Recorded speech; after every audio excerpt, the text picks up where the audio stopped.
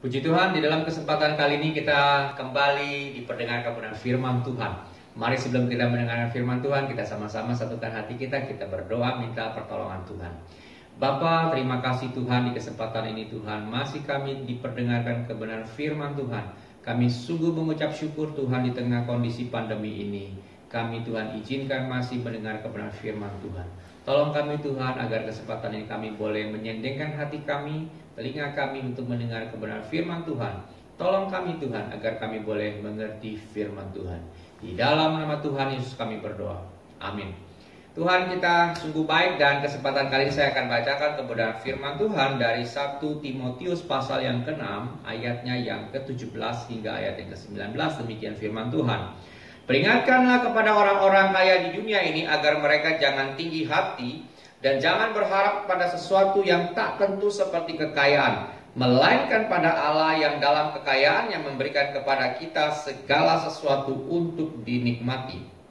Peringatkanlah agar mereka itu berbuat baik, menjadi kaya dalam kebajikan, suka memberi dan berbagi. Dan dengan demikian mengumpulkan suatu harta sebagai dasar yang baik bagi dirinya di waktu yang akan datang untuk mencapai hidup yang sebenarnya. Hai Timotius, peliharalah apa yang telah dipercayakan kepadamu, hindarkanlah omongan yang kosong dan yang tidak suci, dan pertentangan-pertentangan yang berasal dari apa yang disebut pengetahuan. Karena ada beberapa orang yang mengajarkannya dan dengan demikian pula telah menyimpang dari iman. Kasih karunia menyertai kamu. Puji Tuhan. Hari ini kita akan berbicara tentang kemurahan hati. Nah, saudara-saudara dikasih Tuhan, saya ingin kembali memberikan kesempatan kita sama-sama mendengarkan satu kesaksian dari seorang muda yang bernama Cindy Kinoy. Dia adalah seorang pelayan di sebuah resto yang cukup besar di Hutchinson, lokasinya di Kansas di Amerika. Nah, Cindy, kita sebut nama Cindy saja. Cindy ini hari ini dia menunggu sebuah kesempatan untuk melayani kembali pelanggan lama, all customer gitu ya, pelanggan setia.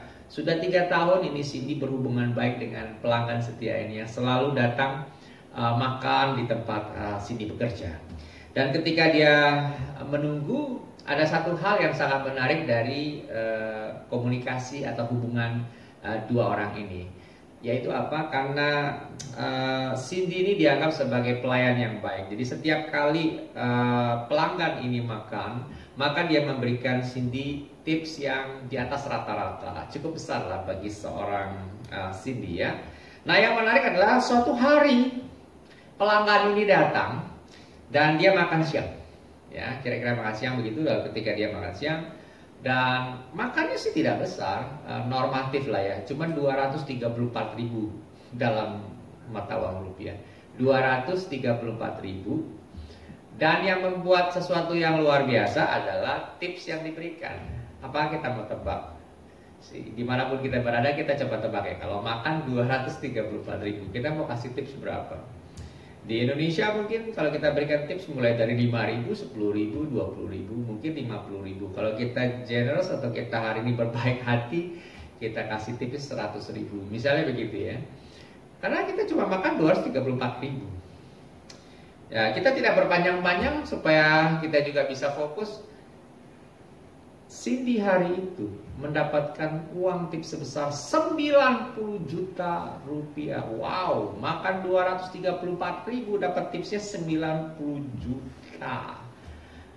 Ini bukan durian jatuh ya. Cindy pun menganggap ini mungkin durian jatuh, rezeki nomplok kira-kira begitu. Suatu kemurahan hati yang luar biasa. Dari seorang pelanggan yang sudah 3 tahun berturut-turut makan di tempat yang sama dan selalu menjadi pelanggan tetap, Cindy yang melayani. Dan Cindy diberikan hari itu sebuah tips yang nilainya sangat besar. Itu adalah satu bentuk yang kita sebut kemurahan hati. Sebagai orang percaya, apa yang kita belajar dari kisah ini? Nah, kita mau sampaikan dari kebenaran firman Tuhan 1 Timotius pasal 6 ayat ke-18, saya bacakan. Peringatkanlah agar mereka itu berbuat baik. Nah, siapa yang dibicarakan di dalam ayat ini? Jadi Paulus itu ketika dia melayani di jemaat Efesus, ya, bersama dengan Timotius melayani jemaat Efesus. Sebagian di antara jemaat Efesus adalah orang-orang yang makmur atau orang-orang yang kaya, yang diberkati secara finansial. Namun demikian, yang menarik adalah sebagian orang-orang yang kaya, yang diberkati ini, dia tidak memakai dengan tanggung jawab terhadap Kristus. Jadi artinya mereka sangat kaya, diberkati luar biasa secara finansial, tapi tidak cukup bertanggung jawab kepada Tuhan Allah.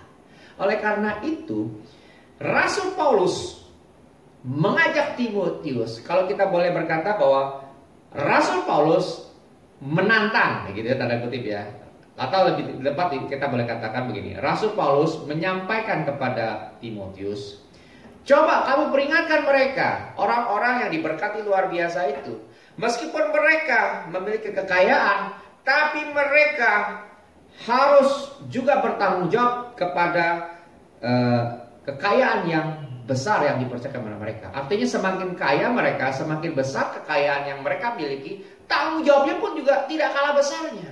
Oleh karena itu di dalam ayat 18 diperingatkan bahwa agar mereka itu berbuat baik, menjadi kaya dalam kebajikan, suka memberi dan suka memberi. Ini bukan satu pekerjaan yang mudah.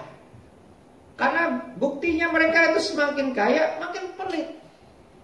Sulit berbagi, apalagi membantu. Itu pun kalau membantu mungkin terukur. Nah, hal yang dilihat oleh Rasul Paulus ini, Paulus mengatakan ini nggak benar. Sebagai murid Kristus, sebagai orang-orang yang menjadi pengikut Tuhan, sebagai orang percaya, tanggung jawab yang diberikan oleh Tuhan begitu besar, kepercayaan Tuhan berikan lewat kekayaan finansial mereka hari itu, mereka mestinya mempertanggungjawabkan itu dengan baik. Tapi justru Paulus menemukan hal itu tidak terjadi. Oleh karena itu dia meminta Timotius, berani gak kamu tegur mereka? Berani gak kasih tahu mereka bahwa mereka itu keliru? Beritahukan mereka apa yang harus mereka lakukan. Sesuatu yang seharusnya sebagai orang percaya mereka lakukan. Nah, itu yang Paulus sampaikan kepada Timotius, dan Timotius melakukan itu dengan penuh tanggung jawab. Yang kita mau belajar juga, walaupun kita hari ini tidak kaya seperti jemaat Efesus yang diberikan contoh dalam firman Tuhan, tetapi Allah memanggil kita untuk kita bisa berkontribusi, untuk kita bisa menunjukkan kemurahan hati Kristus.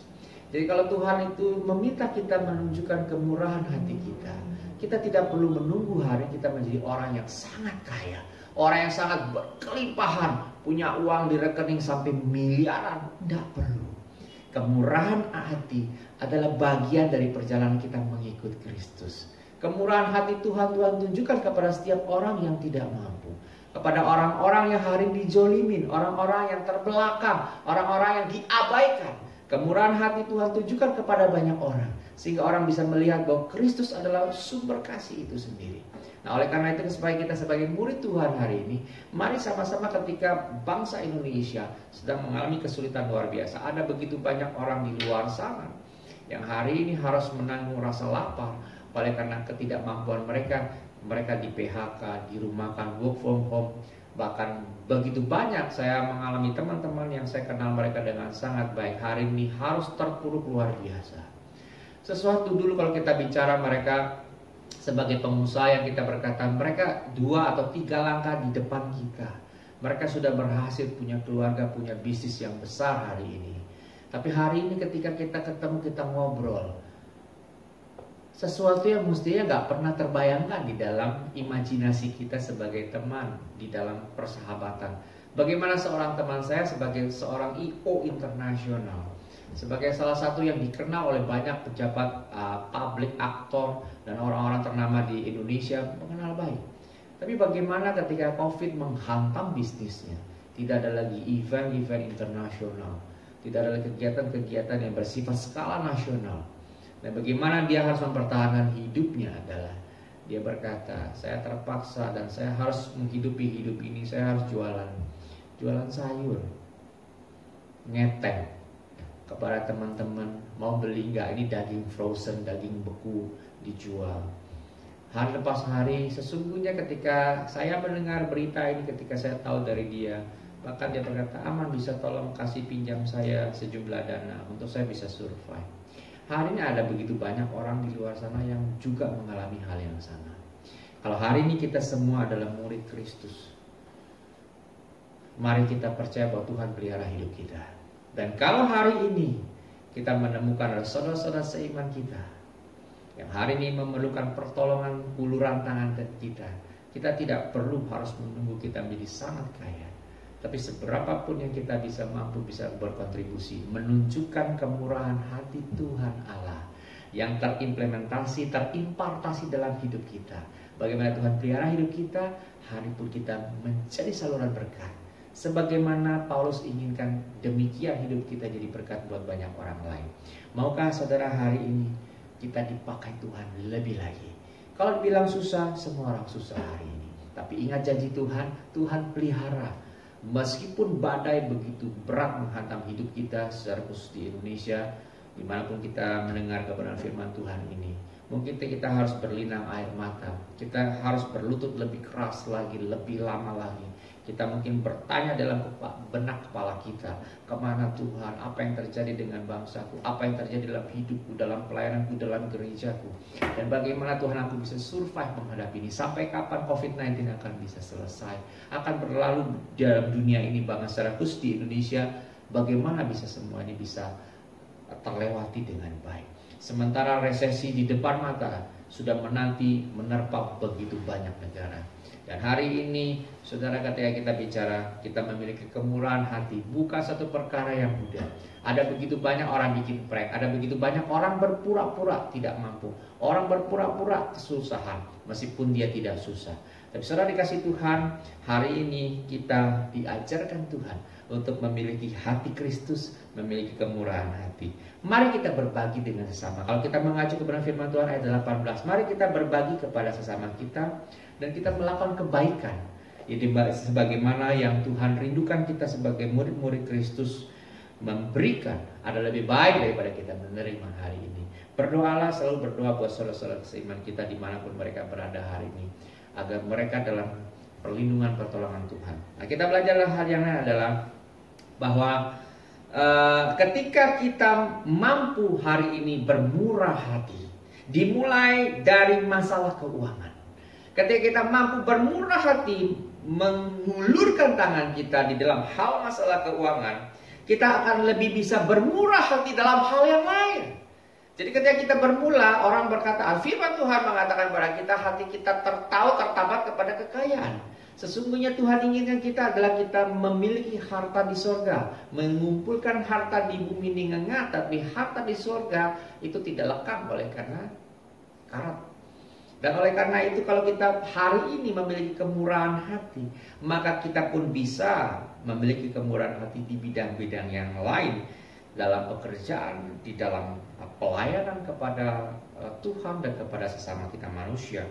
Dan itu akan memberikan kita kemampuan hari ini untuk melihat secara luas bagaimana iman kita hari ini sedang diuji di dalam situasi yang sangat-sangat sulit ini. Saya berdoa untuk kita sekalian dimanapun kita mendengar kebenaran firman Tuhan. Jangan pernah tinggalkan Tuhan, jangan pernah berhenti berharap kepada Tuhan. Dia adalah sumber kekuatan bagi kita. Persoalan, pergumulan hidup, kesulitan hidup hari ini, kita akan melalui bersama Yesus. Ada satu pujian mengatakan, bersama Yesus aku lakukan perkara besar. Bersama Yesus juga kita akan hadapi pergumulan yang besar di tengah kondisi COVID-19 yang semakin hari, termasuk Jakarta, masuk ke dalam zona merah yang sudah membuat banyak orang menjadi khawatir. Kita berdoa juga supaya Tuhan lewatkan segala sesuatu ini, di mana pada akhirnya Indonesia atau kota Jakarta di mana kita tinggal hari ini, jangan sampai terjadi lockdown yang kedua, di mana akan memukul industri begitu banyak. Mulai mal-mal yang mulai baru berbuka, baru bergulir ekonomi, baru saja mulai menggeliat, lalu tiba-tiba harus ditutup kembali, kita tidak boleh kesana kemari. Saya tidak bisa membayangkan bagaimana efeknya. Itu akan menerpa banyak orang, termasuk anak-anak Tuhan di dalam, termasuk engkau dan saya hari ini. Tapi sekali lagi kita jangan pernah putus asa, jangan pernah putus harap bahwa Tuhan akan menyertai hidup engkau dan saya. Percayalah janji kebenaran firman Tuhan. Gantungkanlah iman kita. Kristus adalah sawi yang kuat. Dalam kesempatan pada saat ini, mari kita belajar mempraktekkan kemurahan hati. Maka percayalah kita dalam penyertaan Dia, maka segala pergumulan kita hari ini kita akan lalui bersama dengan Kristus. Tuhan Yesus memberkati dimanapun kita berada. Mari kita berdoa. Bapa di surga, terima kasih untuk kebaikan kemurahan Tuhan. Firman Tuhan telah selesai diperdengarkan. Tolong Tuhan agar kami boleh menjadi pelaku firman, kami boleh berbagi dengan sesama kami dalam hal kemurahan hati. Terima kasih Bapa, di dalam nama Tuhan Yesus kami berdoa, ucap syukur dan berterima kasih. Dan sidang jemaat dikasih Tuhan, terimalah berkat Tuhan. Kiranya kasih karunia daripada Tuhan kita, Allah Bapa di surga, penyertaan daripada Tuhan kita Yesus Kristus, dan persekutuan dengan Roh Kudus menyertai kita sekalian sampai Tuhan Yesus datang yang kedua kali. Amin. Tuhan Yesus memberkati.